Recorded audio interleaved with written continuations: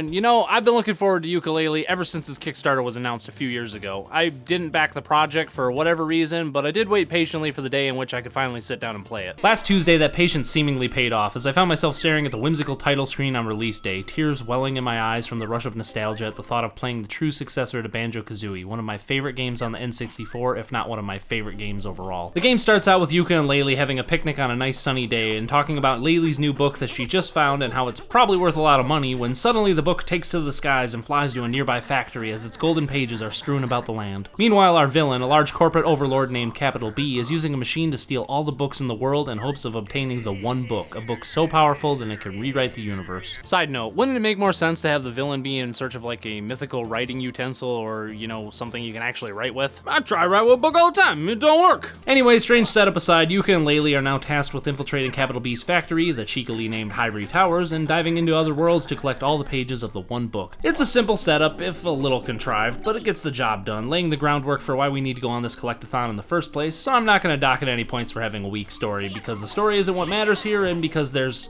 oh so much more to dock this game for. Now, I'm not one to pretend that Banjo-Kazooie is a perfect game. It has its flaws, one ginormous flaw toward the end of the game in fact, but overall what it does well, it knocks out of the park. Banjo-Tooie is also good in my book, but it introduced a lot of problems to the series, like levels that were way too big and confusing to traverse, lack of conveyance during certain moments of the game, and forcefully interconnecting all the levels rather than focusing on making them singular, enthralling experiences. And Donkey Kong 64 was...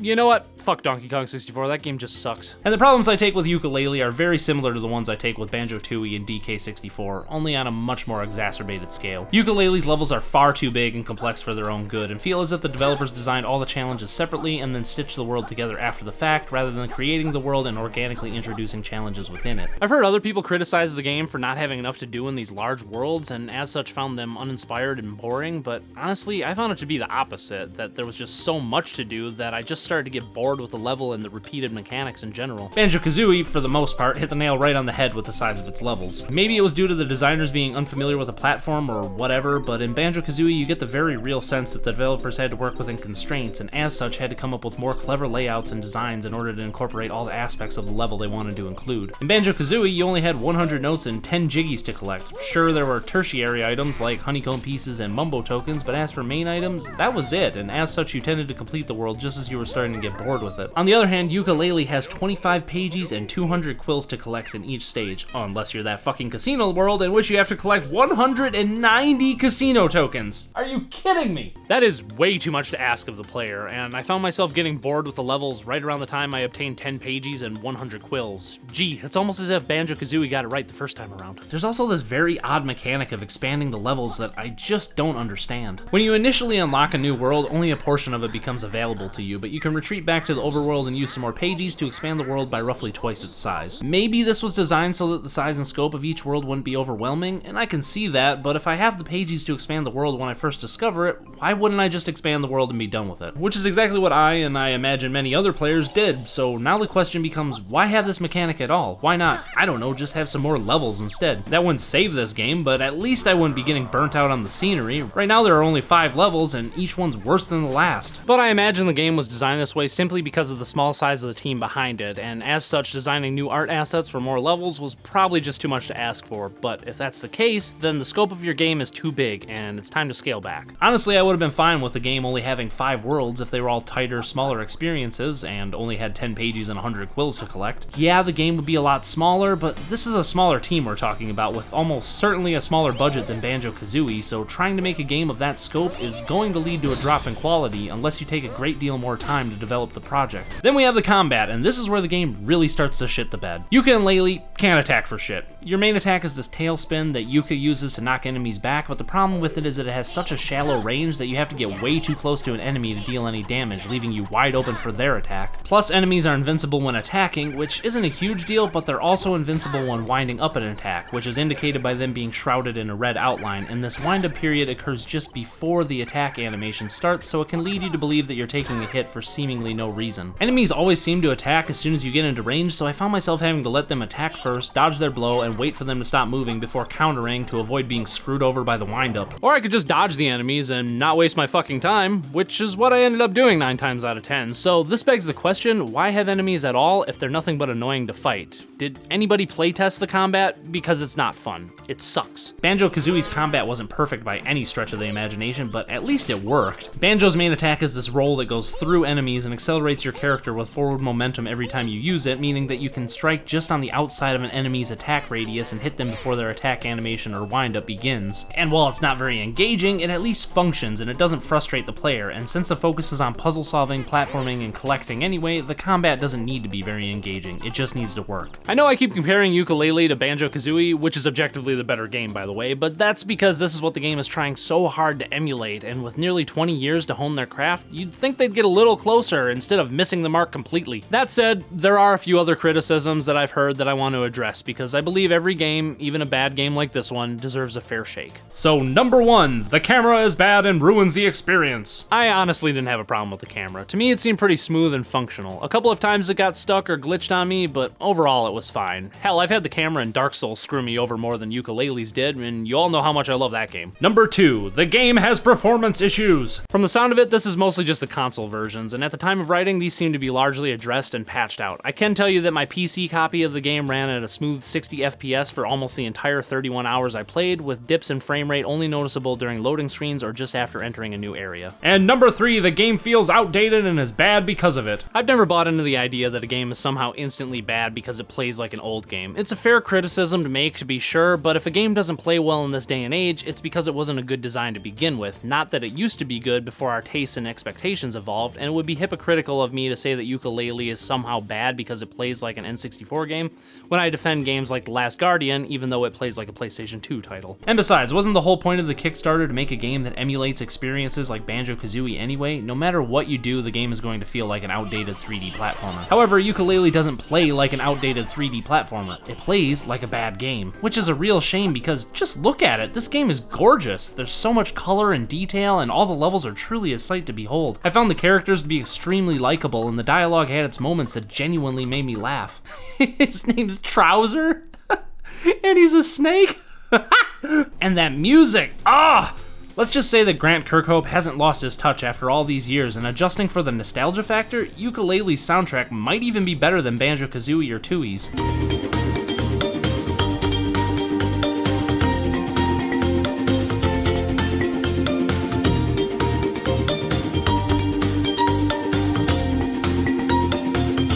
That said, the dialogue doesn't hold up nearly as well as it should. Characters often make forced puns just for the sake of making them, and the tongue-in-cheek callbacks to Banjo-Kazooie and other retro games, while charming at first, quickly overstays its welcome and becomes downright annoying as the game progresses. It's like, I get it, you're trying to emulate Banjo-Kazooie and other collectathon games, but constantly referencing them doesn't make you a good successor to them. If anything, it just reminds the audience of how much better the older games were. Come to think of it, the dialogue also has this weird, tired weight to it, like the developers were salty at the fact that they had to make another 3D platformer rather than being genuinely enthused about a chance to retread old ground and cast it in a new light. Yooka and Laylee will comment incessantly about how the challenge they're about to undertake is tired and unfun and is more of a chore than an enjoyable experience, but then the game will make you do exactly that, leading you by the nose and making you jump through hoops. No, literally, this game makes you jump through hoops all the fucking time. Like, 30% of the game is nothing but running or jumping through a series of hoops with some arbitrary time limit thrown in an attempt to, I don't know, make the hoop jumping more fun or something? Well, guess what? Jumping through hoops isn't fun. It's bullshit. It was bullshit in Banjo-Kazooie, and it's bullshit in Yooka Laylee. It's painfully obvious that the developers were running out of ideas, but rather than rein in their worlds and make it a tighter, smaller experience, they were like, nah, fuck it, throw in more hoops, rehash that race, put in 15 fucking slot machine minigames in the level. Our backers will accept anything we shit out the door, and everyone else will have the good sense to stop playing early on, so why even try? And this leads me to my final point, and what's truly at the heart of why Yooka Laylee is such a bad game.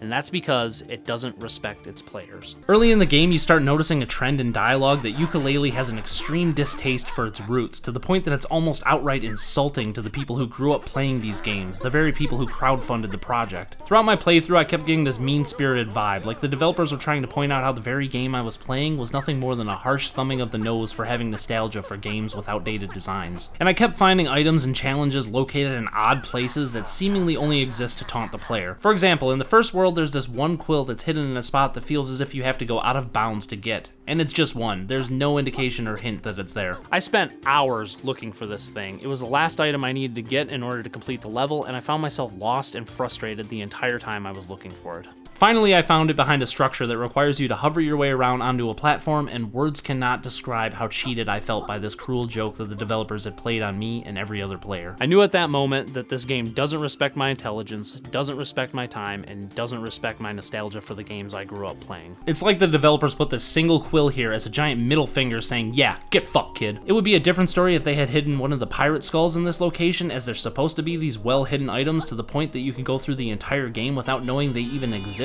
But this is a quill, one of the necessary items of the game, and there it sits, just to laugh at the expense of anyone who plays. We also have a similar situation when it comes to Rextro's arcade games, which are found in every level. These are glorified mini-games that are bland and not at all fun, and you have to play each of them twice in order to get both pages that Rextro has, once to complete the game, and again to beat Rextro's high score. However, if you beat Rextro's high score on your first try, you get both pages right away.